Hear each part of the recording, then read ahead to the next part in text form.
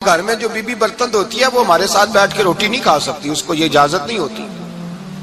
ہمارا جو مزدور ہوتا ہے نا، ایک صاحب کہنے لگے یہ بچہ میرے پاس کام کرتا ہے، اس کے ابا جی بھی کرتے تھے، تو میں نے کہا اس کا مطلب یہ ہے کہ تم نے آگے نہیں بڑھنے دیا، تم نے کہا مزدور ہی رہنا ساری زندگی، یہی رہنا میرے پاس، آگے نہ بڑھنا۔ میرے مصطفیٰ کریم سید عالم صلی اللہ علیہ وسلم کے پاس جو لوگ کام کرتے تھے، محنت کرتے تھے، مشقت کرتے تھے، ہمارا ملازم ڈرتا ہے، کامتا ہے، وہ بات کرتا ہے تو صاحب جی کہتے کہتے زبان تھکتی ہے، 100 دفعہ موڈ کو دیکھتا ہے، گالیاں کھاتا ہے بیچارہ، اس کی عزت نفس کو اچھالا جاتا ہے، اس کو رسوا کیا جاتا ہے، اور وہ بیچارہ رات کو رضائی میں منہ دے کے روتا ہے کہ یار میرے نصیب صرف اس لیے کمزور ہیں کہ میں غریب کے گھر میں پیدا ہوا ہوں۔ ہم احساس نہیں کرتے، اور مزدور کو کبھی موقع مل جائے جان چھوٹنے کا تو بھاگ جاتا ہے۔ ہمارا کردار اور اخلاق ایسا نہیں ہوتا۔ حضرت زید بن حارثہ رسول اللہ کے غلام تھے، نبی پاک کے گھر میں جھاڑو دیتے تھے، برتن مانجتے تھے، یہ بچپن میں اپنے قبیلے سے گم ہو گئے تھے، کسی نے اغوا کر کے لا کر کے بیچ دیا تھا، گم ہو گئے تھے، حضور کی بارگاہ عالی مرتبت میں لائے گئے۔ حضرت زید بن حارثہ سارا دن کام کاج کرتے، کوئی آدمی آیا ان کے علاقے کا مکہ مکرمہ، ان کو پہچان کر واپس گیا ان کے قبیلے میں اور جا کے بتلایا کہ تمہارا بیٹا تو محمد ابن عبداللہ صلی اللہ علیہ وسلم کے پاس۔ اس وقت حضور نے بھی اللہ نے نبوت نہیں فرمایا تھا، ان کے والد حارثہ چچا لینے آئے اور نبی پاک کے پاس آئے تو 2 تھیلیاں شرفیوں کی بھر کے لائے، کہنے لگے حضور یہ پیسے لے لیں، 2 تھیلیوں میں پیسے ڈالیں، دینار ہے درہم ہے، حضور لے لیں، ہمارا بیٹا دے دیں۔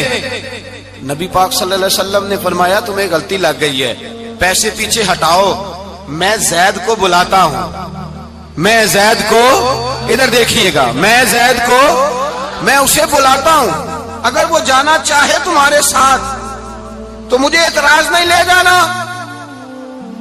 چچا اور باپ کہنے لگے آپ عجیب بات کرتے ہیں، وہ غلامی چھوڑ کے نہیں جائے گا، آپ عجیب بات کرتے ہیں، وہ مزدوری چھوڑ کے بادشاہی اختیار نہیں کرے گا، ہم کھاتے پیتے لوگ ہیں، اس کی ماں ترس گئی ہے اس کو ملنے کو، بہنیں روتی ہیں، وہ جائے گا نہیں۔ میرے حبیب نے فرمایا تم نے ابھی یہ ذائقہ چکھا نہیں، تمہیں اس کا پتہ نہیں، تو میں بلاتا ہوں، اگر جانا چاہے تو پیسوں کی ضرورت نہیں، لے جانا۔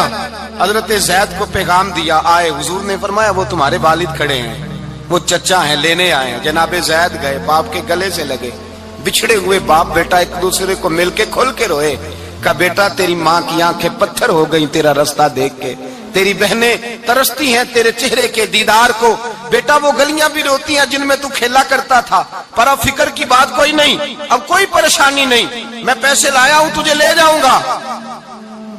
نبی پاک صلی اللہ علیہ وسلم نے دیکھا نا جب باپ بیٹے کی گفتگو ہو گئی، آنسو بہ گئے، بوجھ ہلکے ہو گئے، تو میرے کریم نے فرمایا زید اگر تم چچا کے ساتھ والد کے ساتھ جانا چاہو تو میری طرف سے اجازت ہے، تم جا سکتے ہو۔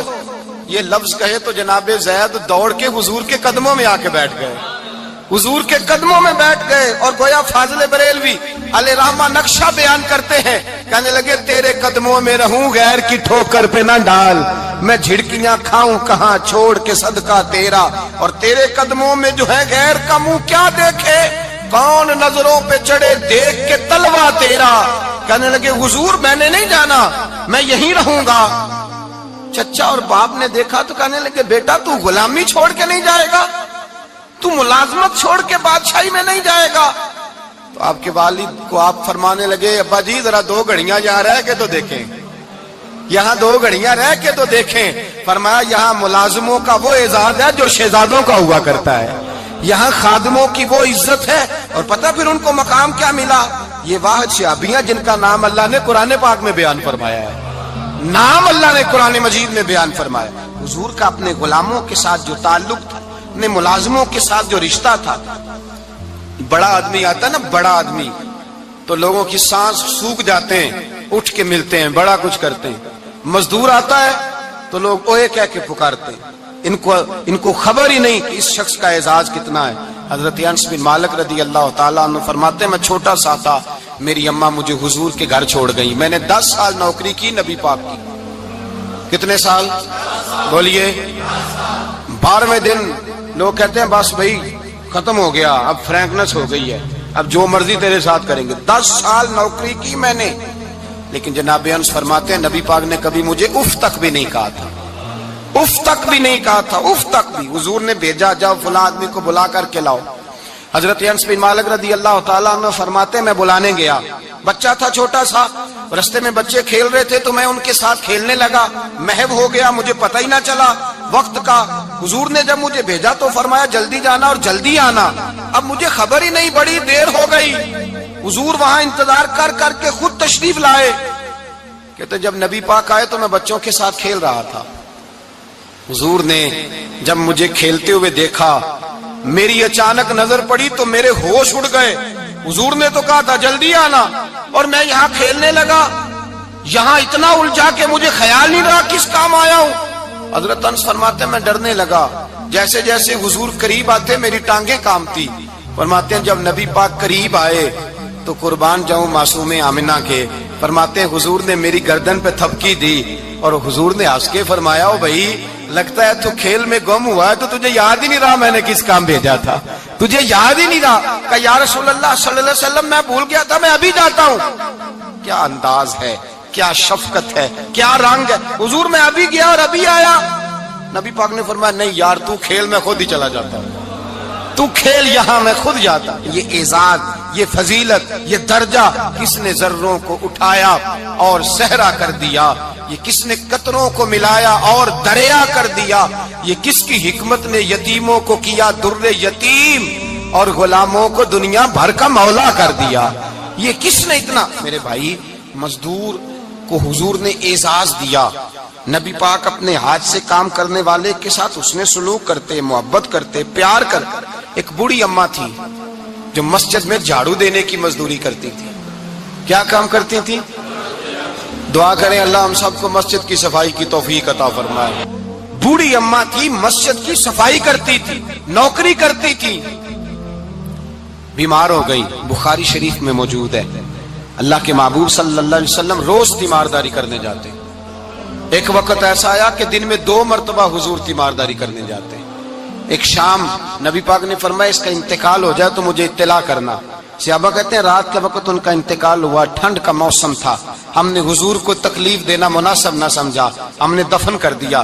سویرے اللہ کے حبیب نے پوچھا تم نے مجھے اطلاع کیوں نہیں دی؟ حضور سردی بڑی تھی۔ کون جاتا ہے مزدوروں کے جنازوں میں؟ کون جاتا ہے مزدوروں کے جنازے میں؟ یہاں تو اب جنازے بھی سیاسی ہو گئے ہیں، اب تو کوئی بہت بڑا امیر آدمی فوت ہو جائے تو وہاں رش ہوتا ہے، وہاں رش ہوتا ہے، غریبوں کا تو جنازہ بھی کوئی نہیں پڑتا۔ حضرت جناب سیدنا ابو ہریرہ رضی اللہ تعالیٰ عنہ فرماتے ہیں حضور نے فرمایا مجھے اطلاع کیوں نہیں دی؟ تمہیں اس کے اعزاز کا نہیں پتا؟ وہ مزدور تھی، مسجد میں جھاڑو دیتی تھی، تم نے خبر ہی نہیں دی؟ حضور وصال ہو گیا، فرمایا چلو مجھے بتاؤ قبر کہاں ہے؟ حضور سارا کچھ جانتے ہیں لیکن یہ ساری تمہید اس لیے بیان کی کہ ایک مزدور کی شان واضح ہو جائے۔ فرمایا بتاؤ قبر کہاں ہے؟ صحابہ کہتے ہیں ہم قبر پہ لے گئے تو میرے نبی نے فرمایا صفے بناؤ میں دوبارہ جنازہ پڑھاؤں گا۔ میں دوبارہ جنازہ نہیں ہو سکتا، اس وقت ہو سکتا ہے جب وارث نے نہ پڑھاؤ، پھر دوسرا جنازہ جائز ہے۔ وارث نہ پڑھے تو اس سے پہلے 20 جنازے بھی ہو جائیں تو جب وارث پڑھ لے پھر دوسرا جنازہ نہیں ہو سکتا۔ حضور نے دوسرا جنازہ اس لیے پڑھا ہے کہ حضور اپنی ساری امت کے وارث ہیں، نبی پاک ساری امت کے وارث ہیں۔ فرمایا پر بناؤ صفے میں جنازہ پڑھاتا ہوں۔ مزدور کو اعزاز دیا، پیار کیا۔ حضرت عبد الرحمن ابن عوف رضی اللہ تعالیٰ عنہ فرماتے ہیں ایک دن میرا دل کیا تھا کہ میں غریب ہو جاؤں۔ کیا ہو جاؤں؟ آپ اپنے لیے دعا نہ کریں لیکن حضرت عبد الرحمن ابن عوف کے الفاظ تو دہرائیں۔ وہ کیا کہہ رہے ہیں کہ میرا دل کرتا تھا میں اللہ، ایک دن میرا، بڑے امیر آدمی تھے نا، صحابہ میں سب سے زیادہ امیر، فرمانے لگے ایک دن میرا دل کیا میں غریب ہو جاؤں، غربت پسند کر لوں۔ اصل میں غریب کو اپنی شان کا نہیں نہ پتا، اسے جس دن پتہ چل گیا کہ میں غریب کی عظمت کتنی ہے، غریب ہر وقت اپنے آپ کو کوستا ہی رہتا ہے۔ اور میں اکثر کہتا ہوں کہ یہ بڑے کا قصور نہیں کہ اس نے تجھے چھوٹا جانا ہے، یہ تیرا قصور ہے، تو احساس کمتری میں کیوں مبتلا ہوا؟